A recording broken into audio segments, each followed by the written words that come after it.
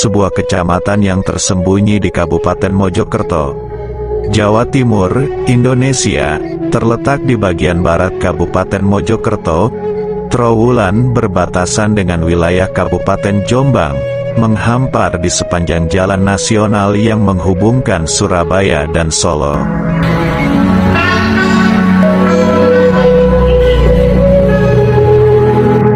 Namun, jauh dari sekadar jalan nasional, Trowulan menyimpan ratusan kilometer persegi situs-situs sejarah, bangunan-bangunan, arca-arca, gerabah, dan pemakaman kerajaan menyebar luas, menyiratkan kejayaan yang telah lalu dari Kerajaan Majapahit.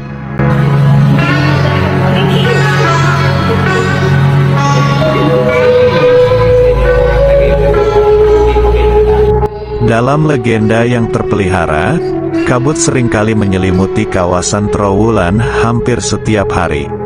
Kabut yang misterius ini, menurut kepercayaan masyarakat setempat, konon merupakan hasil dari upaya Pati Gajah Mada untuk menyembunyikan Kerajaan Majapahit dari pandangan musuh.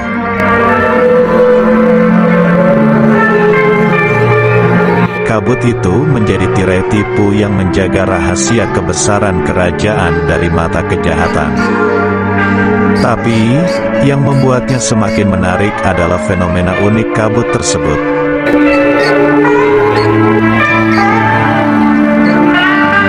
Berbeda dengan kabut biasa yang pelan-pelan menyapu pergi ketika terang hari semakin memuncak, kabut di Trowulan justru semakin tebal saat matahari semakin cerah. Kontras dengan iklim Trowulan yang terik, kabut tebal itu tetap kukuh menggelayut, memperkuat aura misteri yang melingkupi kawasan ini.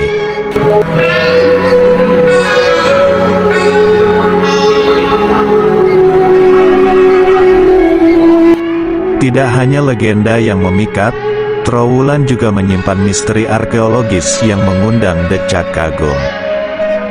Diperkirakan sebagai pusat kekuasaan Kerajaan Majapahit, catatan sejarah Cina dari abad ke-15 memberikan gambaran tentang kemegahan istana yang ada di sini.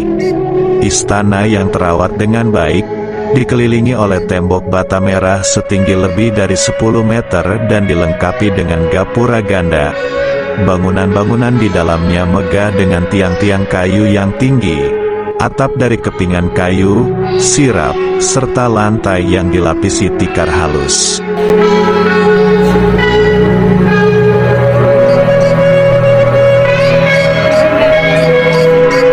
Namun, kejayaan ini perlahan menyisakan tanya.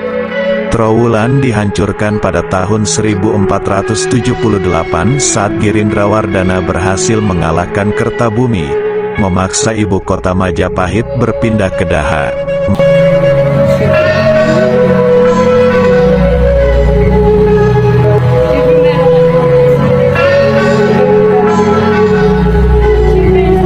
Meskipun demikian, Trowulan tetap menjadi saksi bisu dari kemegahan yang telah berlalu. Kanjeng Pangeran Norman Hadinegoro, seorang pemerhati budaya adiluhung, menjelaskan bahwa struktur permukiman di Trowulan menggambarkan kompleksitas kehidupan masyarakat pada masa itu.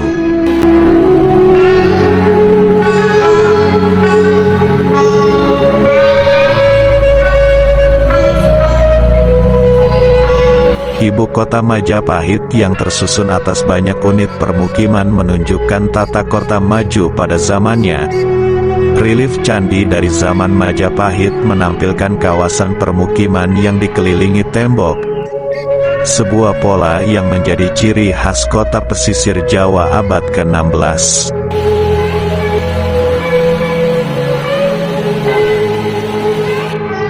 Dengan segala misteri dan kejayaannya, Trowulan tetap menjadi saksi bisu dari sebuah zaman keemasan yang pernah berlalu. Keberadaannya mengundang kita untuk merenung tentang perjalanan panjang peradaban, sementara misteri yang menyelimutinya menjadi alasan bagi para peneliti dan pelancong untuk terus menjelajah dan mengungkap rahasia masa lalu yang terkubur. Dalam legenda yang tertulis dalam kitab Kakawin Nagara Kertagama oleh Empu Prapanca, kisah kabut yang menyelimuti Trowulan menjadi buah bibir masyarakat sejak zaman dahulu.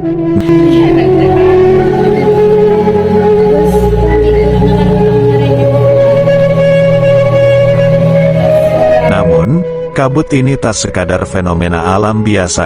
Konon, kabut tebal itu adalah hasil dari kekuatan luar biasa Pati Gajah Mada yang bertujuan untuk melindungi kerajaan Majapahit. Yang membuatnya semakin menarik adalah sifat unik kabut tersebut, berbeda dengan kabut biasa yang mulai menyapu pergi ketika matahari semakin tinggi. Kabut di Trowulan justru semakin pekat saat siang tiba. Fenomena ini menambah misteri, terutama di tengah kondisi Trowulan yang panas.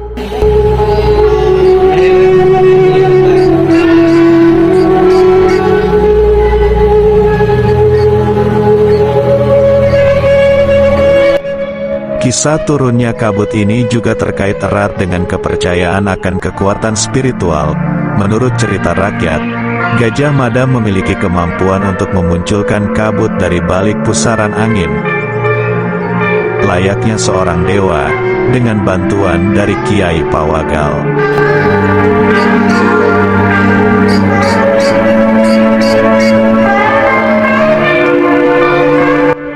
Namun, Gajah Mada bukan satu-satunya yang memiliki kemampuan tersebut.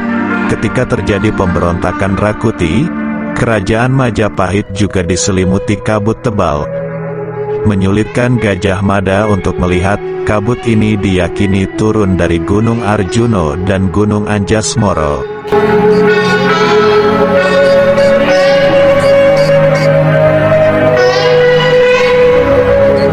Sengaja diciptakan untuk mengecoh pandangan Gajah Mada.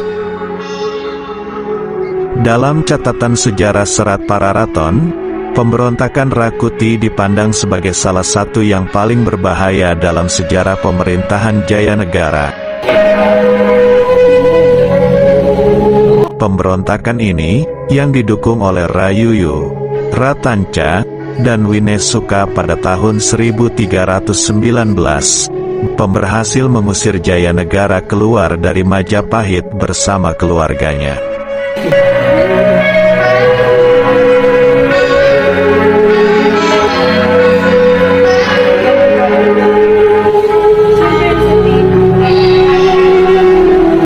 Namun, kekuasaan Rakuti tidak bertahan lama. Kekacauan merajalela di seluruh kerajaan, menyebabkan penderitaan bagi rakyat Majapahit. Melihat kondisi ini, Gajah Mada memutuskan untuk menyerang balik. Dengan strategi yang cermat, Gajah Mada berhasil mengalahkan Rakuti dan mengembalikan kekuasaan kepada Jayanegara.